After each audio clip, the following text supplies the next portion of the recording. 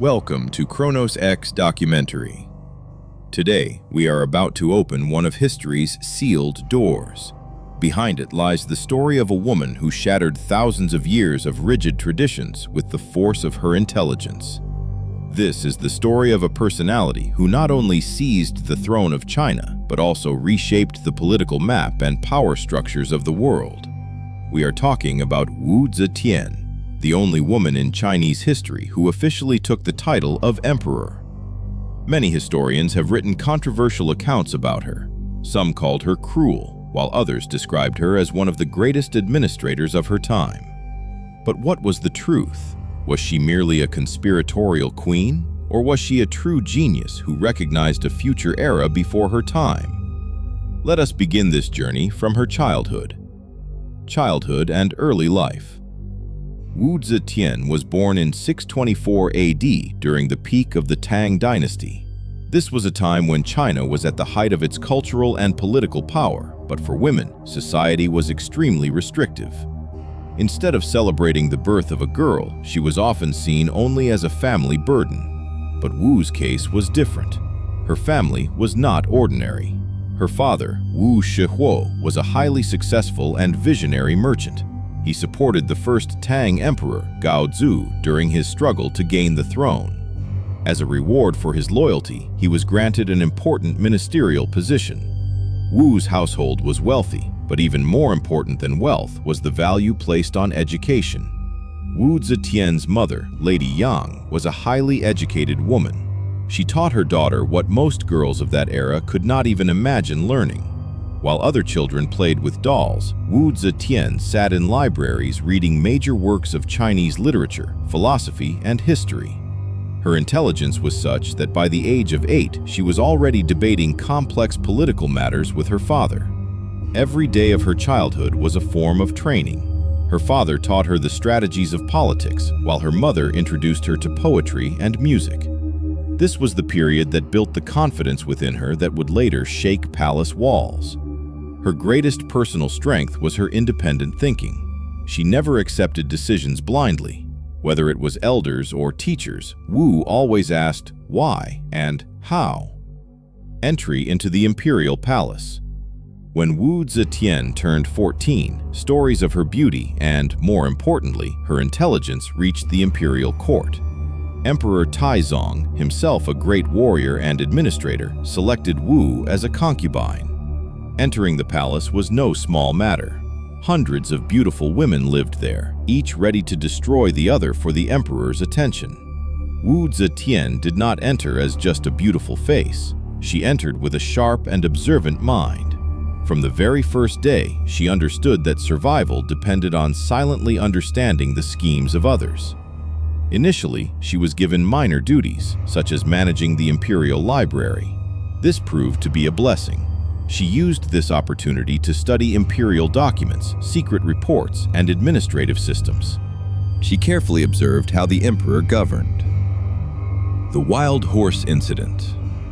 Emperor Taizong owned a wild horse named Lion Stallion. It was so untamed that even expert handlers failed to control it. One day, the emperor asked in court who could tame it. Wu Zetian stepped forward and said something that shocked everyone. "I can tame it, but I need 3 things: an iron whip, an iron hammer, and a sharp dagger. First, I will strike it with the whip. If it does not obey, I will strike its head with the hammer, and if it still remains rebellious, I will cut its throat." This incident made the emperor realize 2 things. First, this girl was extraordinarily courageous. Second, she was capable of extreme ruthlessness when necessary. Life as a nun and return to power. In 649 AD, Emperor Taizong died. According to Tang dynasty law, any concubine without a child was sent to Ganye convent to live the rest of her life as a nun. For Wu Zetian, this was the most difficult period of her life. Her head was shaved, she was dressed in simple clothing, and she was cut off from the world. But even here, her strategy worked. During Taizong's lifetime, Wu had already gained the affection of his son, Li Zhi, who later became Emperor Gaozong. When Emperor Gaozong visited the convent after his father's death, Wu used emotional conversation and tears to convince him to bring her back to the palace. This was an extremely dangerous move, as returning a nun to the palace was considered a major religious and social sin. But Wu Zetian's influence prevailed. Elimination of rivals. Upon returning, Wu was stronger and more intelligent than before. Now she faced Empress Wang and consort Xiao, both of whom saw Wu as a threat. Wu adopted a policy of divide and rule. She first aligned with Empress Wang to eliminate Xiao, then gradually convinced the emperor that Empress Wang was using witchcraft against him. One of the most controversial and horrific incidents in history, accepted by some historians and rejected by others, claims that Wu Zetian killed her own newborn daughter and blamed Empress Wang. The emperor became furious, imprisoned Empress Wang, and elevated Wu Zetian to the position of empress. By 655 AD, Wu had eliminated all her palace enemies. She was no longer just an empress. She had become the real power behind every imperial decision. Wu Zetian takes control of the empire. Emperor Gaozong was naturally gentle and physically weak, while Wu Zetian was strong and decisive. Around 660 AD, the emperor began suffering from severe headaches and vision problems, possibly related to stroke or high blood pressure. He was no longer able to manage state affairs. From this moment, Wu Zetian effectively took control of the empire. A thin curtain was hung behind the emperor's throne. Wu Zetian sat behind it, and every decision made by the emperor was, in reality, her instruction. She eliminated conservative ministers and built a powerful intelligence network.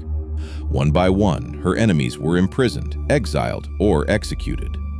Eventually, she was given equal protocol with the emperor, known as the Two Holy Rulers, Sheng. Becoming emperor. After Emperor Gaozong's death in 683 AD, Wu removed her own sons when they resisted her authority.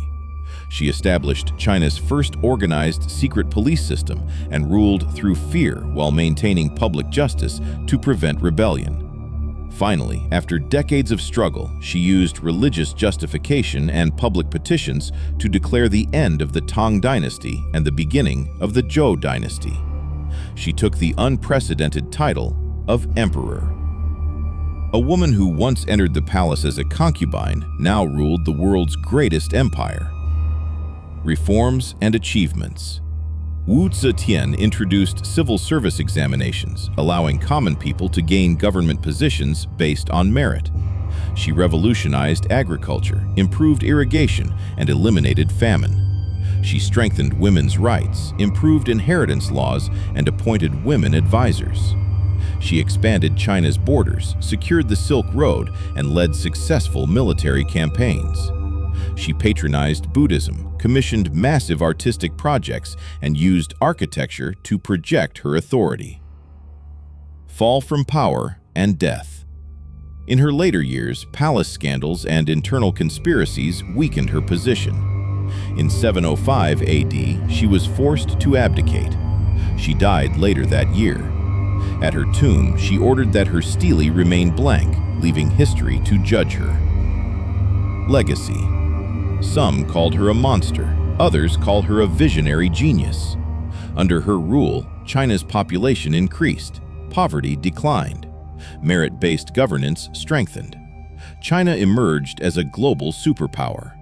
Her life proves that determination, intelligence, and power are not limited by gender. Wu Zetian's story is not just the story of a woman in power. It is the story of human will, intelligence, and an unbreakable spirit. She rose in a world where all paths were closed to her and created her own destiny. History may judge her in many ways, but one truth remains. Wisdom and power do not belong to any single gender. We hope you enjoyed this Kronos X documentary mega-series.